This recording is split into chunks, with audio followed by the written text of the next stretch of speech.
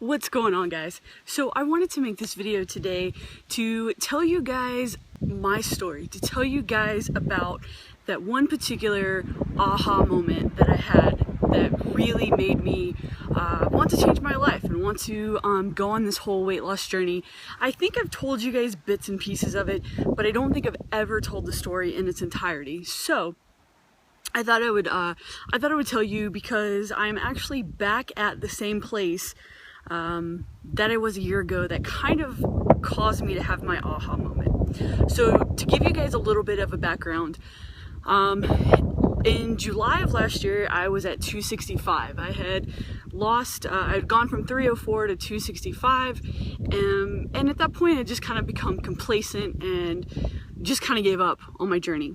I was eating whatever I wanted to, I smoked a lot of cigarettes and just didn't necessarily care. At the end of July, our cat Grace, who, I was her person, she was like my everything. She died very, very suddenly, and it's still, even a year later, it's still pretty hard to think about, but after her death, I started chain smoking, and really my eating got seriously out of control.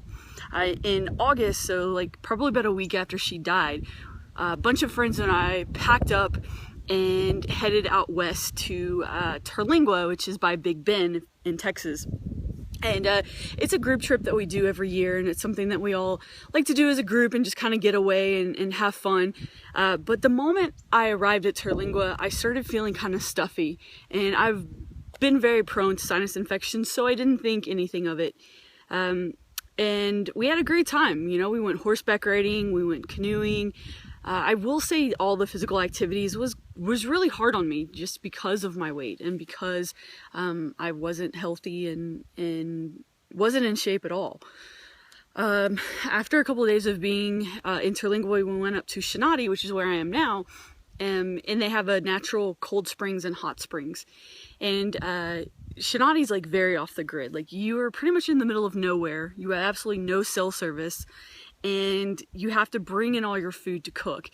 And so we had dinner as a group, and I started feeling really, really sick, and I wasn't sure what was going on. And so I ended up going to bed. So I didn't even get to enjoy myself here in Shinati, and I ended up going to bed. I started running a fever, and Kelly and I did the best that we could at the time to just kind of medicate me, because the next morning we were headed to Marfa, and we were going to spend a couple days in Marfa.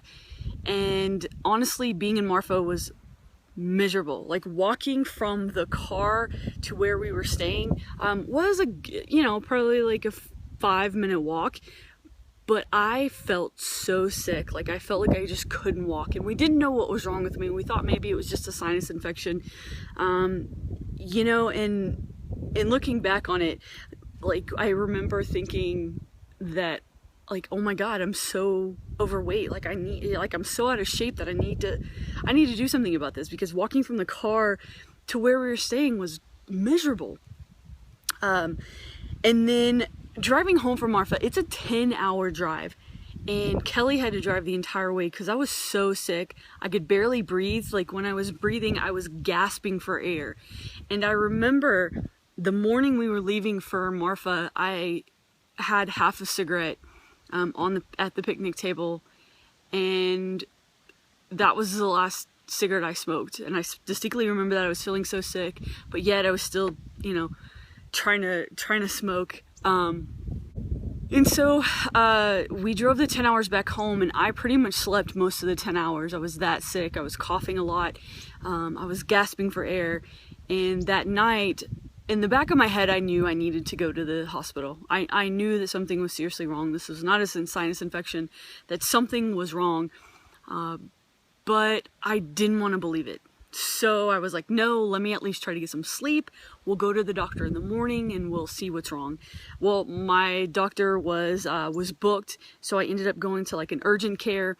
And after a chest x-ray, a couple of breathing treatments, they finally recommended that I go to the hospital, that I go to the ER. And at that point, they think that I have pneumonia. So I take my paperwork, I go to the ER, and I pretty much sit in the ER for total of maybe 5 minutes before I'm in the back getting all my info plugged in. They measure my oxygen, which at that point was about an 85, I think. At 90% oxygen, your brain starts to shut down.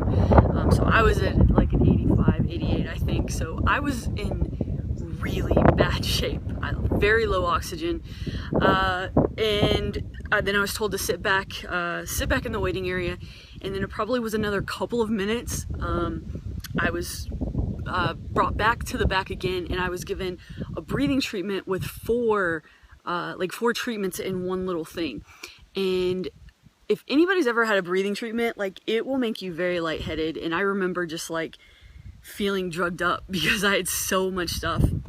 But it wasn't long until I was put in a room in the ER, and they did some testing on me, did some vitals, and listened to my lungs.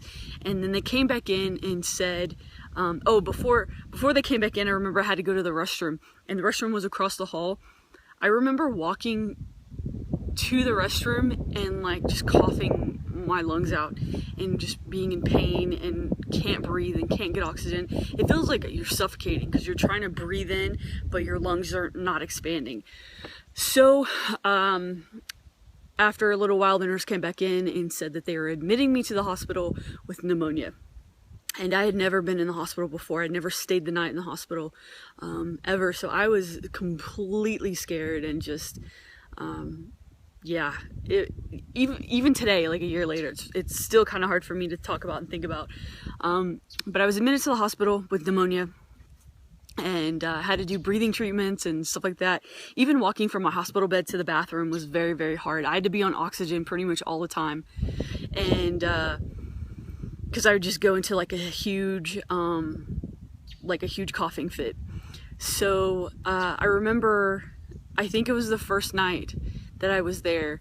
It was like 4 o'clock in the morning, and the nurse thought that I was sleeping, and she came in and told Kelly that they were testing me to see if I was septic. And mind you, like just the week before, our cat had gotten, I think she had gotten a bite on her leg. It got infected. She ended up getting septic, and over the course of a weekend, got septic and died. And so I was, I wasn't being told, but Kelly was being told that they were testing to see if I was septic. I was that sick. And I remember thinking at that moment, like, I'm not done. Like, I'm not done. Like, I can't be done. This can't be the end. And it's, see, a year later, it's still very hard for me to talk about. But at that moment, I realized, like, I had to make a change. Like, I had to do something different in my life, because like I wasn't done. I wasn't ready to die. I wasn't ready to be finished. I had so much more that I wanted to do in life. And I think it was like 6 o'clock in the morning. So 2 hours of thinking about this. A nurse finally come in, and Kelly was like, well, what did the test results say? And they said, oh, you're negative, you're fine. So that was a relief. So I spent a total of 3 days in the hospital, and then I was sent home, and I spent another week to 2 weeks, pretty much on my couch recovering. It took me a full month, before I felt normal, before I could walk from the car, to the front door of any place, without breaking out into a coughing fit or feeling very weak. But as soon as I got the okay from my doctor, I went to the gym, and I started going to the gym, and I started eating healthy, and I didn't pick up another cigarette after that. And it's been a year. It's been a whole year. And so if you hear me talk a lot about living life to the fullest and enjoying every moment, that is exactly why. It's because I was that close to dying. And because the infection was that bad. And it's so hard to think about, but that was a year ago. And so that's why I live my life to the absolute fullest. I don't say no a whole lot anymore. I'm up for trying new things, and that's why you've seen me try new things and new adventures and going places and doing stuff, is because it's just because I was very, very close to dying. And yeah, it's not something, you know, to get to a point where you're in the hospital and that close to that close to not making it. No one should ever be in that position. So I definitely, you know, I definitely recommend people take care of their health before it gets to that point. But that is my story. That is my aha moment. And that is why I decided to make a change. You know, I no longer wanted to live with regret or what ifs or, you know, or any of that. Like, I want to live my life to the absolute fullest. Has it been a hard journey? Yes, it's been very hard. You know, but I always go back to that day, and I always go back to, you know, my reasons for starting and what was my moment for changing my life. And so I wanted to share that story with you guys, in the place where it all started, Shinati. This is where I got sick, and this is our second day here. I think we have one more day, but yeah, this time around it's been great. I've actually been able to enjoy and explore and things like that, but I wanted to share that with you guys and tell you guys my aha moment of what made me decide to change my life. So thank you guys so much for watching. Like, comment, and subscribe, and I'll talk to you guys later.